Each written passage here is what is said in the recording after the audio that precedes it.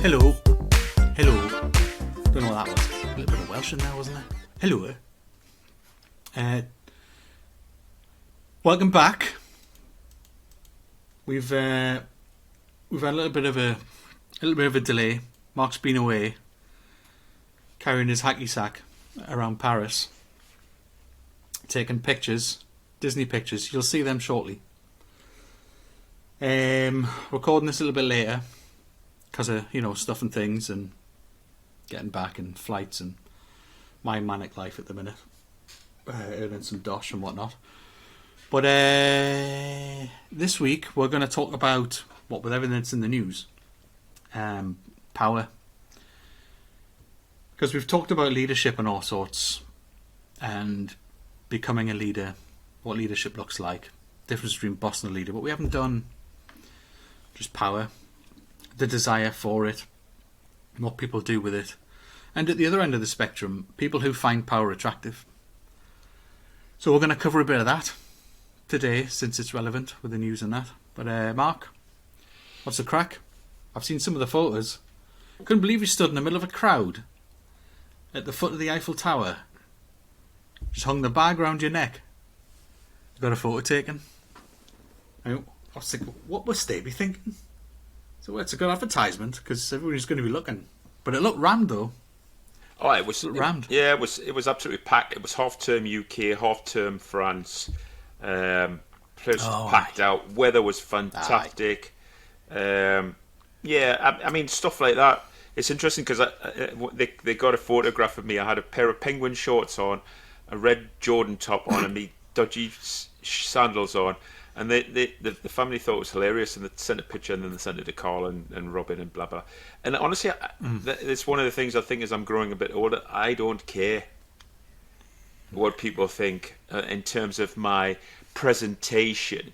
Now, I do care about what people think about me in terms of content, but what I'm wearing and how my hair looks and whether I'm shaving, I don't care anymore. So people say, well, you should have personal pleasure in your presentation, and I'm like, no, it's about what comes out of this, But it made me think of future episodes, like, we were 4 adults with 2 young children, and how that feels. I'm forgetting how that feels to watch the enjoyment on the faces of kids, like with stuff like Disney and occasions and being with family and being with parents, and it just was nice. It was a nice feeling. Was it nice? Was it nice being a dad? Yeah. I mean, being a dad on holiday. Yeah, I mean, I wasn't, because obviously they're not my kids. They're Anita's sisters. I know, but like a dad, like big uncle figure. Big uncle who's an that idiot. Kind of thing. Yeah, who's an idiot. All right, Uncle Mark. All right, so you get to do all the daft stuff. Yeah. That the parents can't do. Yeah, make them laugh and do funny poses and funny sayings and the oldest one, he's like at that clicking over to that 12 where he's sort of getting the Mark humour, and the young one just thinks I'm an idiot. She thinks I'm a funny idiot. Aye. She's 4, so. But it was just nice, and you just sort of, when you come, it gets you to think about how much time you spend working versus how much time you spend enjoying, and are we getting that balance right? I'm going to say, I'm going to be really tough on you and say your balance of in and out is not right. Yeah.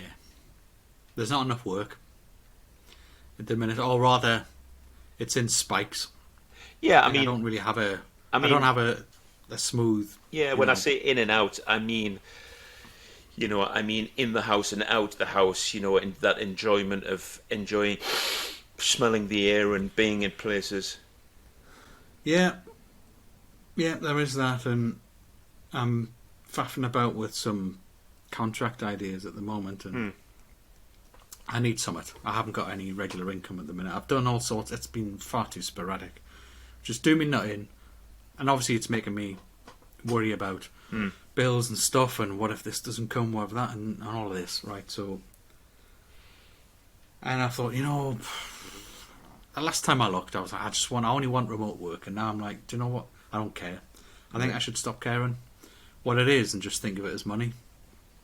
Yeah. And then there's bound to be some other benefits that come of it. Of being out and about. I really hate the idea of being back in an office environment, but maybe there's only a little bit of it. Is that ideally, it would be nice if it was part-time. Well, exactly. Part-time office contract work would be... And we know it's out there. We know part-time work's out there, or flexible hours, whatever you want to call it. I enjoy, probably a bit like you, Simon. I enjoy being on my own, but I actually enjoy being in other people's company up to a point. Yeah, that up to a point is different. Yeah, for me. I both need and don't need to be around people. If you know what I mean, there comes a point where I don't know I've missed it until I've had it. So I don't miss it until I've spent some time with someone. I go, I enjoyed that. Didn't know I was going to. You know, me and Sarah still go out. We'll go for a walk now and again. Or we'll catch up on Teams or something. And these things that we started doing all on a weekly basis, I started to enjoy those, just thinking, well, I'm interacting with somebody, whereas previously I was interacting with next to nobody, apart from my Sunday dinners and that. Yeah. So no, yeah. I don't know I'm going to enjoy it until I've been. One of the advantages of being on your own is, are you ready for the link? There is no abuse of power, because it's just ours. Yeah, so that seems to have been the overriding thing. I've heard all sorts of stories, right? That, well, there was no underage nonsense there, right? Okay. There was none of this. There was none of this and this. But, and you've had all sorts of opinions. They've had all kinds of guests on saying, well, I don't think he's done out. There's now the matter. Can you shut up about it? Stop talking about it. You've been going on and on about this bloody Schofield thing. You know, there's loads of people ringing in and saying, can you just shut up about it? Like, you've just been absolutely hammering this subject. I'm sick of hearing it. He's done out wrong. Blah, blah. Right? But the one thing that keeps coming out of it is, it just leaves a bit of a bad taste. Top and bottom is, there were one of the guys said, look, I know nothing illegal's happened, but he met him when he was 15. So he knows him as a kid, so there's still that sort of, that's how he got to know him, through drama school. But he says he met him through Twitter, but he met him in and all that. And then, of course, did he get him the job? Did he not? Or did he happen to get the job on the show and he just happened to be with? I don't know. And then they didn't sleep together till they were 20. Still, he knew him when he was 15, and he's kind of grown up with him, if you like. But even so, he was a runner. He was getting into the business, learning the trade. He took him under his wing, he was showing him around. Then all of a sudden he's in taxis with him all over the place, and he's getting special treatment. Oh, then he gets moved to this other show. Why did that happen? Got a 300 grand payout, apparently. What was that about? Why did he have to leave? So it's all a bit... What I find interesting, though, is, just on that, is that we've heard a lot from Philip and people who've worked with him, but a few short sentences from that individual young man would kill a lot of this, wouldn't it? So why are we not hearing from it? Would, and that's the thing. That's the thing, and that's what a couple of people have asked. Is, oh, well, we just want to,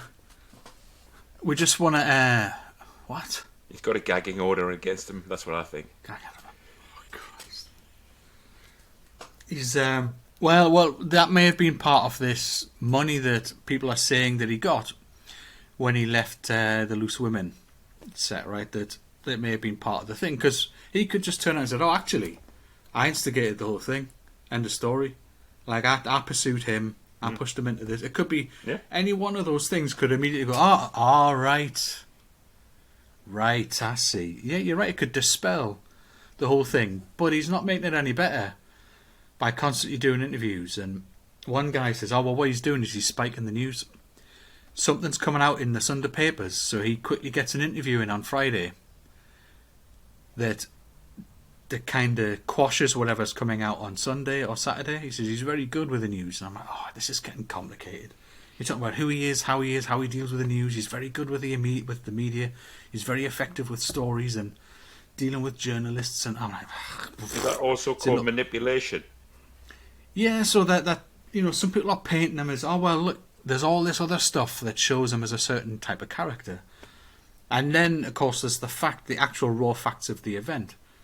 I said, well, what you can boil this down to is he was a mentor. He was a good few years older than him. He was training him. So there was a good distance. I mean, he's, kind of pensionable age, isn't he? So Wait, 60, he's 61? He's coming. Yeah, he's in his 60s exactly. Yeah. And this kid, even now, is only in somewhere around his early 20s, right? Or mid 20s. Right. So the one thing that I think some of these commentators and presenters are trying to at least boil it down to is, look, morally, it's iffy. Yeah. So even if you take away all the other stuff, he's abused his position of power, and in that position, he should have just said no. Even if it had been true love and all of that, he still should have said no. Because it's not the done thing.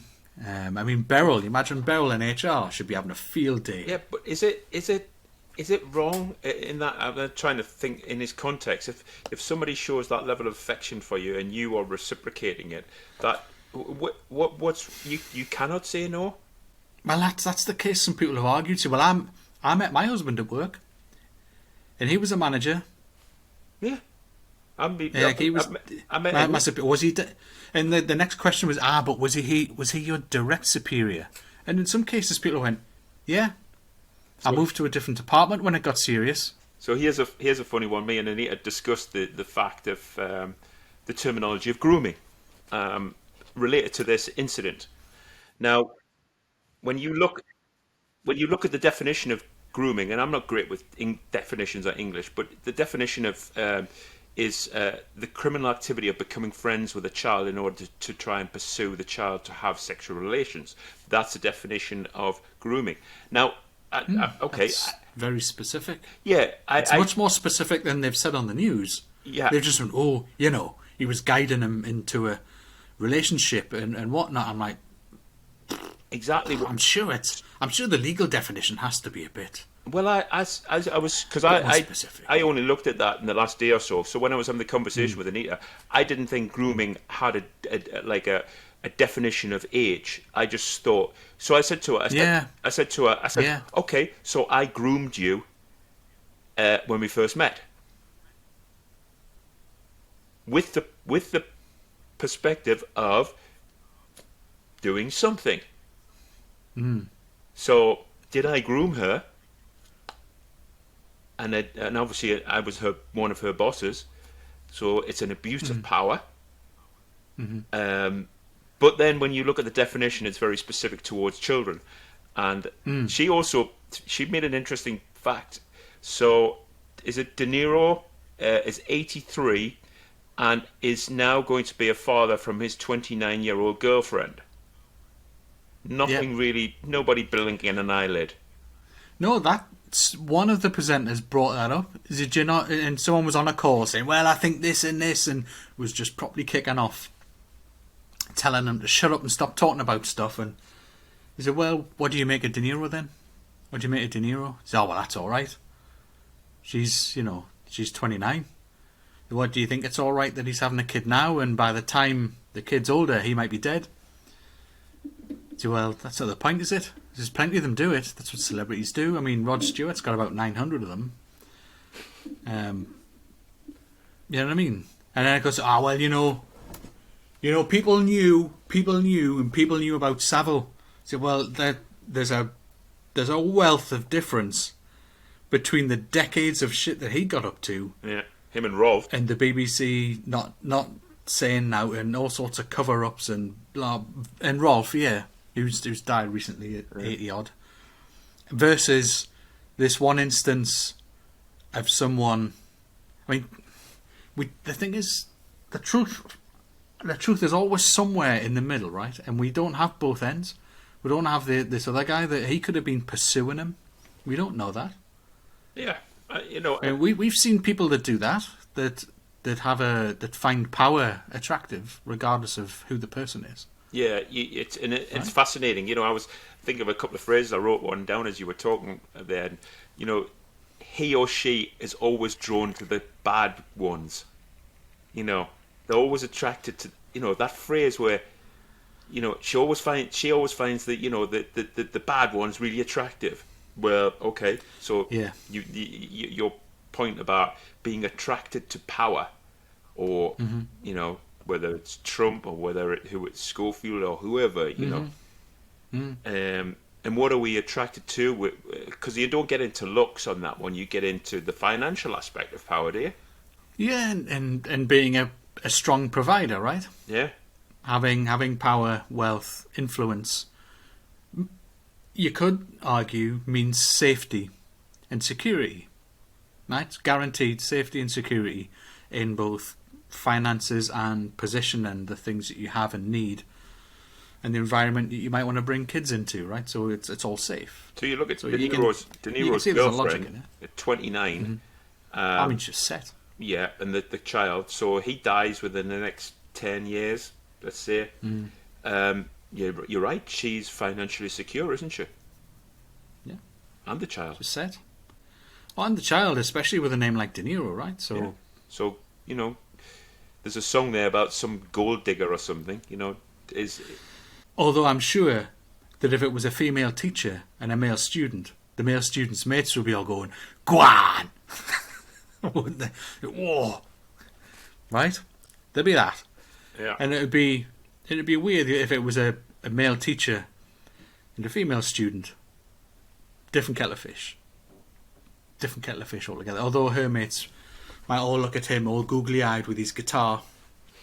You know, that type. The hippie type, and he sings them songs under trees and that. Yeah. It's a horrific stereotype right there, but it does. I'll agree to a point that I think these things can affect the dynamic and how we perceive the power dynamic. So kind of what it means. If you assume it doesn't take away the fact that morally it's a bit. Yeah, he's been in a position of power for a number of years because of that show, and we talk about the atmosphere of being in that show and some negative bits. But basically, is his career over now? Does he have no power? That was the other question. What is he going to go on? I'm a Celebrity. Matt Hancock. Some of these places where, where he gets to have the chance to talk about his story. I'm sick of that phrase. His story. His narrative. He gets to talk about his story, his truth, and we get to hear all of that. I'm like, ugh. And then he works his way back in and says, "Oh well, do you think you should go back on that show?" I said, "No, I don't think you'll ever go on that show." I mean, I'll be surprised if. Holly was on this morning. They've been playing a clip there. I've had the sound turned off, but they've been playing the clip where she directly addresses it. So I haven't seen what's been said yet. No, because that happened this morning, right on this morning, and she's directly addressed it. So I don't know what she said, but she's planning on staying there. And people have been saying the same thing about her. Should she stay? She must have known. She must have known. Those two were supposedly best friends. Well, they weren't really. All right. So they weren't really best friends. So they've been pretending to be best friends as well. So which is it? They've been pretending to be best friends, which is awful, because then you've lied to the public. Oh, well, no, they were best friends. Oh, well, then how did she not know? There's no winning there. There's no winning on either side, is there? So they need to reboot the show. They need to reboot it. How has it come out? Because obviously he's lied, and somehow, Holly didn't know, and then suddenly the story's coming out. Don't know. This is what. So they've appointed this barrister who's going to do this proper legal inquiry into what's really gone on. Do we believe in that? Well, that's what we always do. I'm going to launch an inquiry. What it means is we're going to delay it for a bit. Yeah. Let stuff die down, and then we'll let out this slightly more watered down thing, which will be more acceptable because it's now 4 or 5 weeks ago. So we can give out a slightly watery brief of what really went on. We don't have to be specific while all the emotions are heightened and whatnot. And we'll gloss this over. I mean, it's a bit like Sky did, with Kay Burley and one of the other presenters, what's her face, the political editor. They both broke lockdown rules, right? So, and they were fined. So they put them on full paid leave for 3 months, and then discreetly brought them back, and everybody'd forgotten by then. Everybody's forgotten since. And meanwhile, she's been interrogating various MPs about lockdown this and Boris that. You're a fine one to talk. You're a bit of a hypocrite, but everybody's forgotten now. So, I mean, this inquiry could just drag stuff. Oh, well, wow. No, there's someone looking at it. Give him time. Give him time. Give him time to look at it. 3 months later, it'll be on some page in the newspaper. It won't be on the front. I don't know, maybe I don't have a lot of faith in the way that shit works. I looked up sort of different types of abuse of power, and it came up with physical, financial, and sexual. So, sexual is, something we've just been discussing.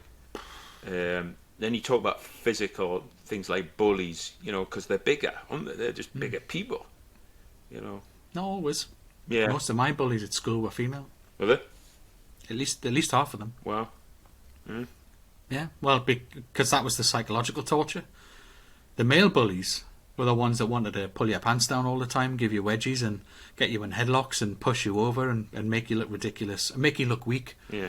Whereas women wanted to get into your head, or at least the girls did, just wanted to get into your head, play with your mind and sort of destroy you from the inside and, make you then destroy yourself because of the condition, the mental condition that left you in. So this is how I experience things. I mean, some people might accuse me of stereotyping, but that is actually what happened. So I'm speaking factually. I'm not making any assumptions, but that's actually what happened to me. Yeah. So sometimes it was a 50-50 split. Sometimes it was more women than men. So the one that really probably gets me a lot at the moment in terms of the financial situation is hearing stories like the cost of fuel has not come down in relation to the price of a barrel of oil. Therefore, the big boys are taking the mick out of it. And then things like food prices going up, and the big organisations as the Morrisons, Tesco, taking the opportunity to fleece us even more through price rises when it's not in relative to raw materials. You know what's happened? No. There's been an inquiry launched into basically into racketeering, right? Into this what's the word? Price gouging. Yeah. On petrol and diesel. Look what happened last week. Was it last week? I just happened to be walking out my door, walk around the corner, Sainsbury's. It's still 140.9 for petrol. Diesel had absolutely plummeted to 145, 142. A few days later, it's now 139, but petrol's still 140. And that all timed nicely with a guy who came on to talk TV just before this inquiry thing set off, where he was flogging his diesel for 131, 132, and his petrol for anything between 134 and 136, right? Because there should be between a 4 and 6 pence difference between petrol and diesel at the minute, and diesel being the cheaper of the two. And he said, now admittedly I've got my own tanker, and I go and pick the petrol and diesel up myself to save on that cost. So he's eventually invested some of his money in getting his own vehicle to sort it out. He says, but that allows me to keep it low, but still, for them both to be over 140, and for diesel as it was at the time was still 154. He says it's disgusting. He says they're making fortunes. They can be 20 pence in some cases. 20 pence when the usual margin is between sort of 3 and 6. And they're just relying on the fact that we're so happy, the fact that the prices come down, that we don't say anything or we don't recognise that they're still taking the mick. But do you know how they did it? No. They were holding diesel tankers off the coast until the price went up, and then bringing the diesel tankers in to top us up. The diesel, because we do refine some of our own, but we also import it, and the imported diesel would just sit in a tanker off the coast to prematurely. There's another word I can't remember, but to basically to inflate the price when it's not actually. It doesn't cost that to produce it, which I thought was disgusting. And then, of course, all this inquiry stuff's come about, and the prices have absolutely plummeted. Yeah, Absolutely plummeted.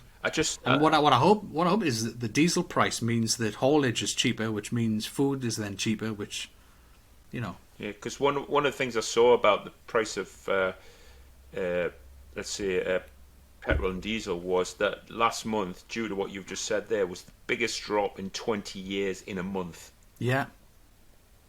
That's because they dropped their bait. Yeah. As soon as they found out someone was coming to check on them, they went, "Oh yeah, yeah, you're right, yeah, it's dropped now. It has. We're passing it on. We're passing it on. Aye, Yeah, but we're passing it on. yeah, but you would have continued that. You would have continued that until somebody sort of mouthed up. Yeah. I think they were trying to make up what they lost during lockdown, because that dropped to 109 And I like on average, and it dropped down to 99. I like this guy. Yeah. Take this guy who's got his own tanker. You know, we need to see more of that in terms of naming and shaming, and sort of trying to hold the Tesco's, the Asda's, the Morrisons to ransom by saying, on that bread, on that milk, on that butter, you are taking the mick, and we're going to name and shame you. Yeah. I mean, I've seen on Twitter there was a packet of Lurpak with one of them security tags on. I was like, rubbish. I can go over to Sainsbury's and it's still £2.20. Help me out with one other thing that really boils me. So, what's inflation currently at? Or interest rates? What are interest rates running at? Well, inflation's currently 8.7, and interest is was it 4.75 because it went up by 1/4%. Yeah. So how come I can't get a savings account which gives me that? Yeah. That, right? That now, Santander keeps sending me emails now and again saying, "Oh look, we'll put your stuff up. We'll put your stuff back up."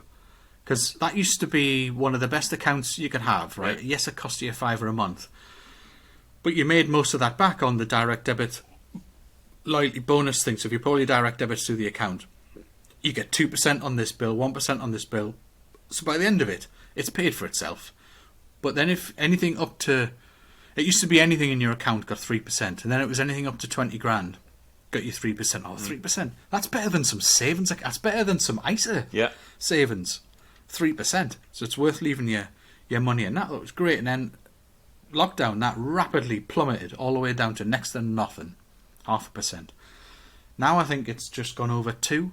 And I keep getting these emails saying, "Look, we've put it up. It's now this." I'm like, yeah, it was over 3% though when I first signed up. Where's that in the agreement? Yeah. And yet, we've had how many hikes in the interest rate? Because bearing in mind, during lockdown, it was basically nout. And it costs nout to borrow out. Right? So they've basically added nearly 5% on. Man, they've had to keep doing this because we have to balance out with the US. So if the US keep putting theirs up, we have to counteract some of that by putting ours up. I saw one building society offering 9% annual. You had to be a current customer and been with them since 2022, but somebody was offering 9%. That's mighty, that. Yeah. 9%. Is there no lock-in arrangements? Like I tried looking at it, but as soon as I saw the fact that you'd had to be a customer for probably 2 years, which I like that. So on other stuff, where we talk about phones and we talk about only available to new customers, but on this side, it's only available to loyal customers. That's interesting because that's quite often missing, right? Yeah. And what that's the sort of reverse psychology bit about saying, well, if you stay with us, there's a possibility that we offer you some really good deals, the fact that you've been loyal to us, which I like that. Yeah, I like it, even if it's a couple of years. Look, stay with us a couple of years and it'll unlock this stuff, this good stuff. And it'll have limited terms as well, so it won't feel like you're buying into something and you're locked into it for... Oh, you can't have your money back for 2 years, though. No. Well, because you've been with us for 2 years already and you've proved that you're a loyal customer, you can have this product. Yeah, there should be more of that. Yeah. There's no loyalty these days, especially with your energy bills. No. I mean, my dad signed up with Which, the magazine. Yeah. And they would regularly just swap them. As soon as the price dramatically changed, they would just send him a letter saying, "Oh, we've swapped it to so-and-so." Some random company. Dog Electric. Who's Dog Electric? Don't know. Yeah. Don't know. Oh, we've switched it to Pasty Gas. Yeah. They're on the pulse. I realise. But he'd be like, "Aye, but look, I'm only paying this." Aye. Mind you, lo and behold, the one he was with went bust because it was just one of them tiny ones. Yeah. And he's now with Scottish, I think. Same as me. I had a thought. We're talking about Phillip Schofield there, and about having what you might call great power, but now he's lost that power, and it sort of got me to think about an interesting dynamic. So let's just say our parents as we're growing up. So and we're quite young, and let's just take my dad as an example. So Mark. Go and wash the dishes because I can't be arsed. Okay, that could be perceived as an abuse of power. Yeah, he can't be arsed, and then but at some point that dynamic changes because the child becomes this tall and this wide, and he now says, "Go and wash the dishes," and you go, "No." So the dynamic of the power shifts. So you probably know within your relationship with your parents, you probably have more power now than you did years ago.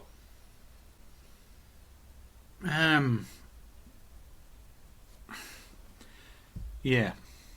I don't give it away to anyone, really, if I don't have to. And nobody gets to make decisions for me. Yeah. And that's been the same for decades. Because of... I'm not going to go over the long story, but growing up, as soon as I could take that power as mine, I didn't give it back. Think about, I know we've discussed your desire to be a parent at some point, and I'm lucky and fortunate enough to be in one. But that getting used to the fact that dynamic changes in the relationship, that's not easy for parents. No, and I imagine that's like one of those final symbols of they're out of the house, they've flown the nest. Yeah. That's like the last trickle of they're my child is there's no more power there now. Yeah. No more power there now, no governance, let's say. Well, can I ask you a question? Based on this Schofield thing. So I'd be interested on your perspective, because it keeps coming up. Right? About how these celebrities start all mild and meek, and then power corrupts them, right? They become these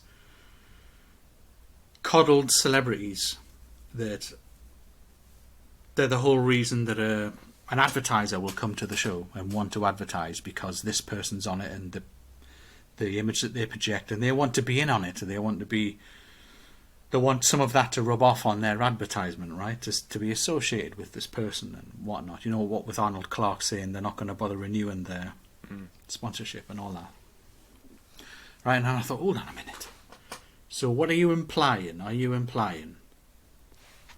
And in fact, I'll ask you this question. Right, is it that power corrupts and someone can start out as a very nice person and then it's the power that corrupts them? Or is it that any access to power for them was going to corrupt them because they had a propensity for that anyway? Like, can getting power make you into someone that you're not, or does it just open you up to who you are? As one of my friends said, anyone who desires power, to have power, should be immediately excluded from having it. And this is what he said about politicians. That if they're doing it purely to get the power, then they should be immediately excluded from ever being a politician. Unless they know that power helps them make change, then there's a caveat, right? So my thought is, well, is it possible for power itself to make you into someone that you are not? Or were you always going to react that way to power because, you might not have known that you wanted it at the time, but as soon as you have it, you're like, I'm not giving this stuff up. Well, I'm not giving this up. I'm going to yeah. use this, get stuff what I want. So was he always like if he'd never been put in a powerful position, it might have been something we never knew about him. I But see. was it always there as a seed, or did the power do that to him? I see it like Is it I see it possible? like from my perspective, a little bit like alcohol and drugs. You know, the power you get given a little bit, and so then you sort of realize that as a powerful person, you can do this. You can give that, or you could take that away. Uh, and that sort of feeds that power. So now that you've had a little bit and you've been able to do that, like give something or take something away, I'm not really getting the feeling from that. So now I want to do something a little bit more powerful in terms of my decision making, in terms of what I do and what I demand.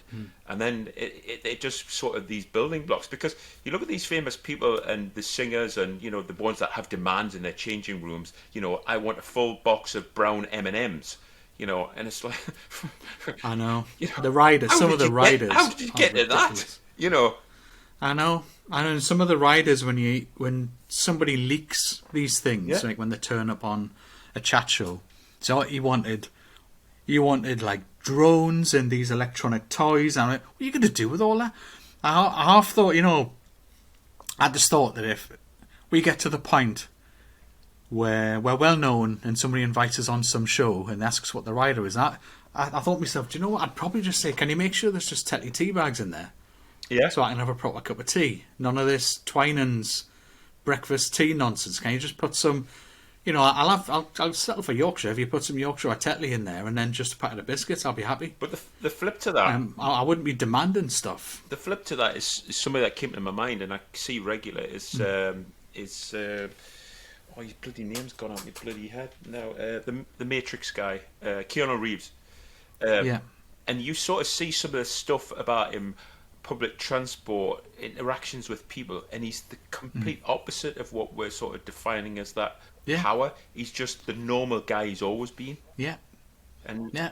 He still runs his band. yeah, He's had his band going all this, doing gigs and stuff, and he's a very down to earth fella, which is kind of why I was asking the question. Is we see people that don't. yeah. We see people that don't end up corrupted. What I found when I first got into management was all my use of power was upwards to get stuff done. Like I need this because they need to get that done. So most of what I did with the power I had was to pester people above us. Say, right, I'm now at a position where I can now legitimately ask this question because I'm at a level where I'm allowed to ask that question, if you know what I mean. I need money for this. I need money for that. Why aren't we doing this way? No, I want to do this that way because my team needs X, Y, and Z. So I'd protect them and I'd want to be the guy that sat in between and sort of fights against. And the further up I was shooting for, that power became a tool for me. It's like, I'm allowed to ask that now because I'm at this level. So now I can get this and help these people out. So for me, it was giving me better reach to get more done, rather than to be more as a person. Like, so now I've got more stuff, more things, and more ability to get more things, and nobody can question it. It didn't even enter my head to let it go to my head, if you know what I mean. I looked a couple of bits up, and one was the top 5 TED Talks to become a better leader. And one of them, the first one I watched was Why Good Leaders Make You Feel Safe by Simon Sinek. And he talks about what you've just described there. He talks about almost creating it like a family dynamic with you being the leader, you are the parent. Yeah. And you don't, if you have difficulty with your kids, you don't hand them back.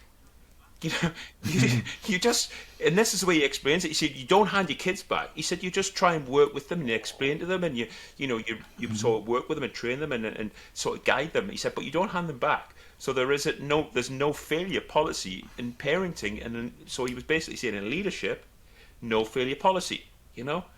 And I just like that. And I mean, there's a few others that I put on the list of the top 5 that you should watch, but I actually watched the Simon one. And he talked about an American army captain who got the Congressional Medal of Honor, and he said he went directly into fire, saved a couple of guys, brought them back, and they actually the helicopter pilot had a GoPro camera on the top, and as he brought the injured guy had been shot in the throat, and he brought him to the helicopter, and as he put him on the side of the helicopter, he kissed him on the cheek, whispered a few words to him, and then disappeared. Yeah. Now, as a captain, as a leader of that, what dynamic is he creating that he kisses a soldier on the face? What happens in that group of people to create that environment? That's just like, that's something special, you know?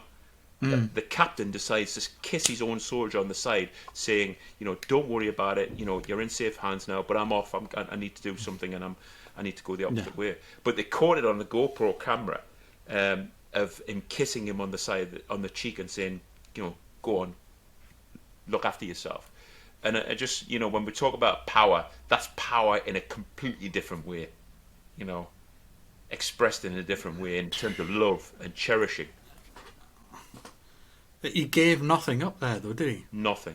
He gave none of his power up by just stepping down for that moment and making sure that soldier knew, you are where you need to be, you're safe, I'm gonna be back, I'm going off to get the other guy.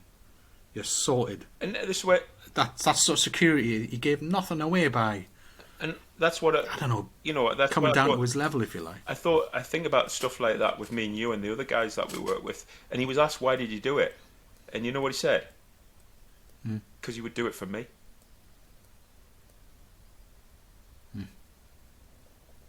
And that's as simple as it gets. You would do it for me. As hard-nosed as they are, yeah. Sometimes that, because it's basically what he did there, wasn't it? Yeah. He was a parent in that moment. Yeah. Yeah. And so it brought the guy home.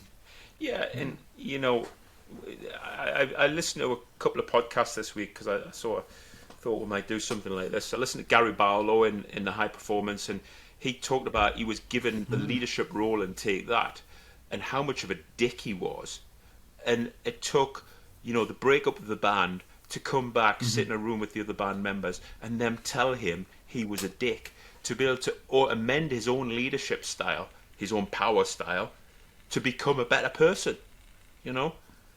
And it's a great listen. I'm not particularly. I like Take That, but it was just the fact that he recognised that he was using power in the wrong way, and then adjust his style, giving feedback. That's the difference between someone who's actually a dick, yeah, and someone who is a leader and just hasn't figured it out yet. Yeah, you don't. That's the difference when someone comes on and goes, "You're being a bit of a dick, am I? It's not what I intended. I was trying to. Damn it." Yeah. There's a difference between that acknowledgement is the difference between someone who's actually a dick, a boss and a leader. A boss. He talked about, you can't give feedback to. He talked about Robbie Williams, and he was like, he was beating himself up. He said, "I never realised he was only 16 years old. He was just a kid, and I was trying to push him in this direction, and I was the leader, and you know, Robbie." And he didn't even factor it in. He didn't register. He's just like, "I didn't realise he was only 16." And he's like, "I didn't realise." No. I didn't Robbie was the youngest, and then of course, because he was the youngest, the others probably took him on a trail that didn't help him, and he ended up becoming, well, damaged because of it. Very popular, but damaged. This happens with celebrities a lot. Yeah.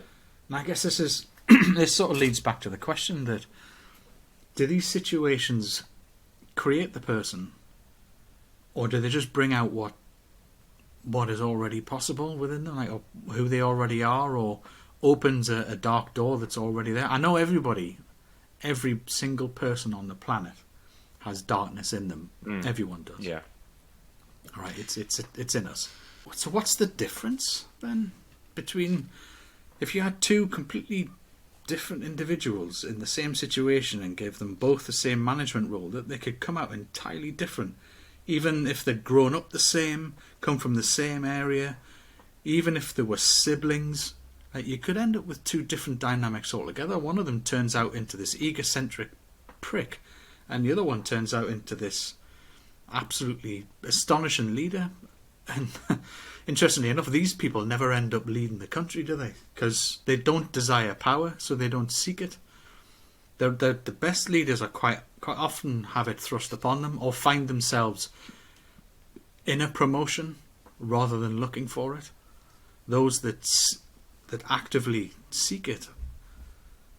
Yeah, it's just that's something that always comes up. I don't know what you think, but I don't think we're born with leadership to a point. I think you are exposed to an environment, and I talk quite openly about some of the good leaders I've worked with and some of the very poor ones.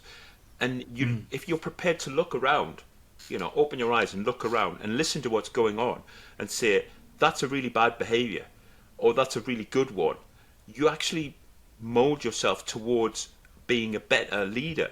But some, unfortunately, people with power just so internalize it that this is who I am and this is what I am, and are not really listening.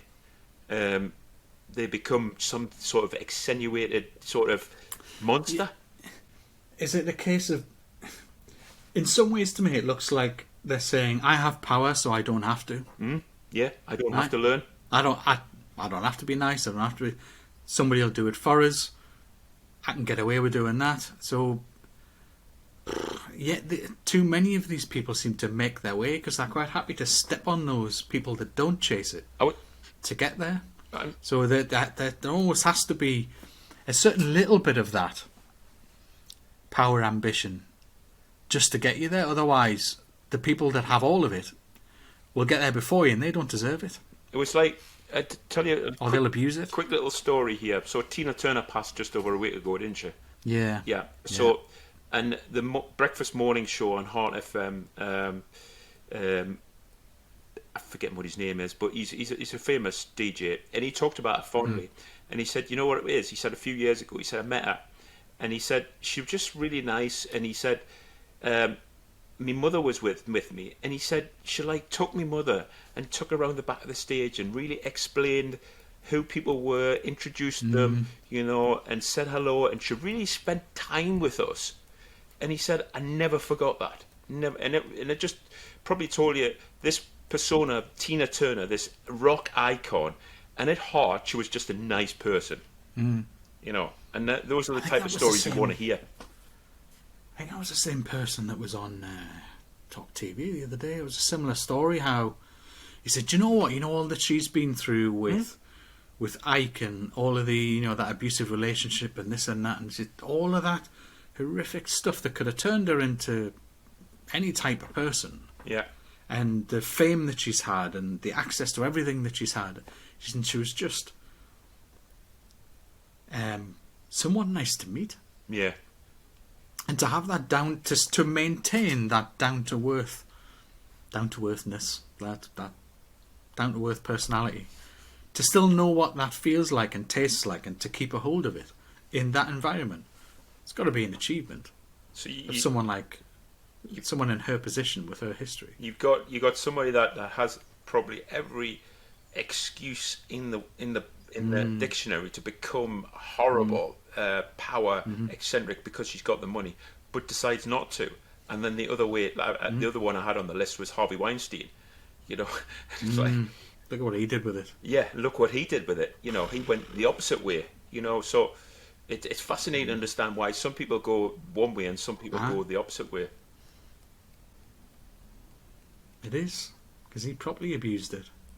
Yeah, she didn't. And do you know what it is? That if she'd done a few bad things and we'd looked back at her history, she could easily have been forgiven for some of it and saying, but she had this kind of relationship and these things happening to us. There's a certain amount of stuff that would have been forgivable. Yeah. But she didn't. She didn't do any of them. She remained a normal, nice to know person, even though she could have got away with it. And the stuff he got up to it's an absolute shocker. Oh, yeah.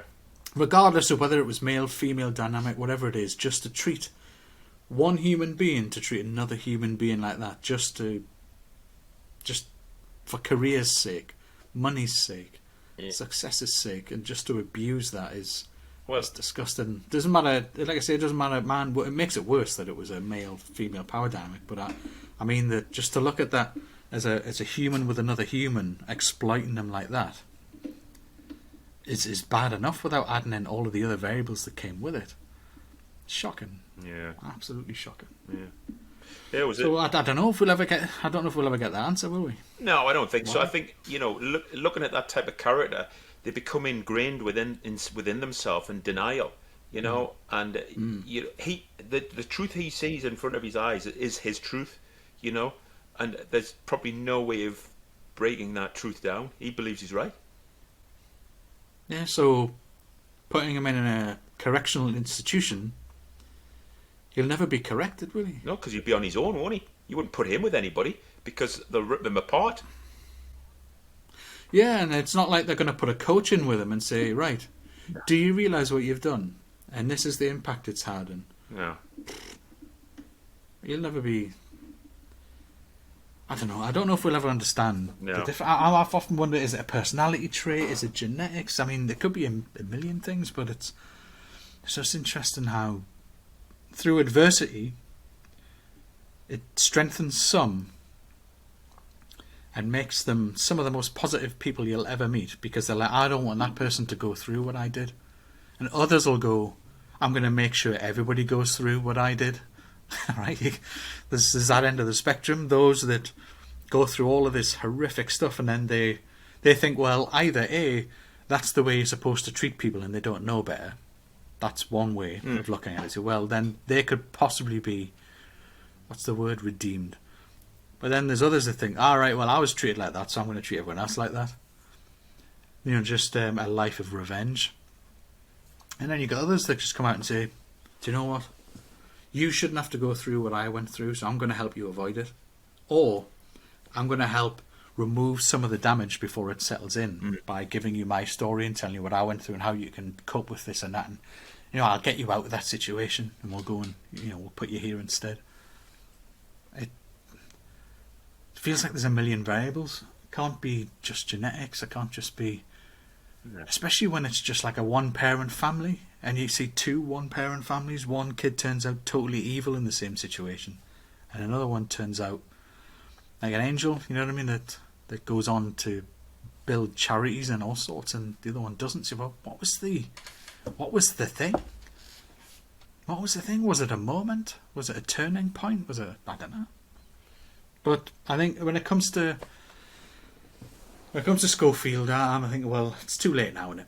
Well, I just, and I think he's making it worse. All these interviews, I'm not sure if they're making things any better, because now people are watching his body language. You see him. He doesn't look genuine there. There's loads of that, isn't there? I'm not sure if he's making it any better or any worse. Saying nothing might be better. Yeah, I just think, if we could have a little bit of a statement from, a young man that supports what he said, it goes away pretty quickly, doesn't it? It's funny that, it could dispel the entire thing. There are words that he could say. I'm not sure if he would say them or whether they'd be true or whatever, but there are technically, statistically, words that he could say that would actually obliterate 90% of the argument. Yeah. And the rest of it would just be, still though, you should have known, and and then he could be back on telly. Yeah. He'd be signing a deal with BBC, absolutely, won't he? Right. Yeah. He'll be somewhere. Or Talk TV. He'll turn up somewhere. Yeah. No. Somebody suggested that on the phone. Yeah. Nah. That'll not happen. Yeah, it was a good one, that one. Enjoyed that. It was. Another one of your good suggestions at the last minute. It's bloody deep, though, isn't it? Oh, it is, yeah. Like, I'm not sure you could ever stop talking about that and really get to some, like, all the solid answers. I think we covered some illuminating points, but I think what we're trying to cover... I still feel like there's bits not... What we're trying to cover here is we have choices.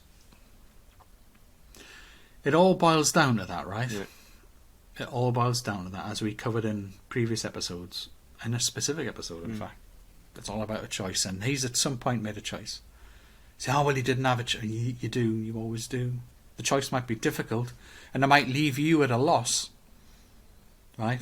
So it might end up left out of something, but if it was the right choice, it was one worth recovering from, right? So yeah, you're right. It's all choices. Choices in the end, and the things that influence them.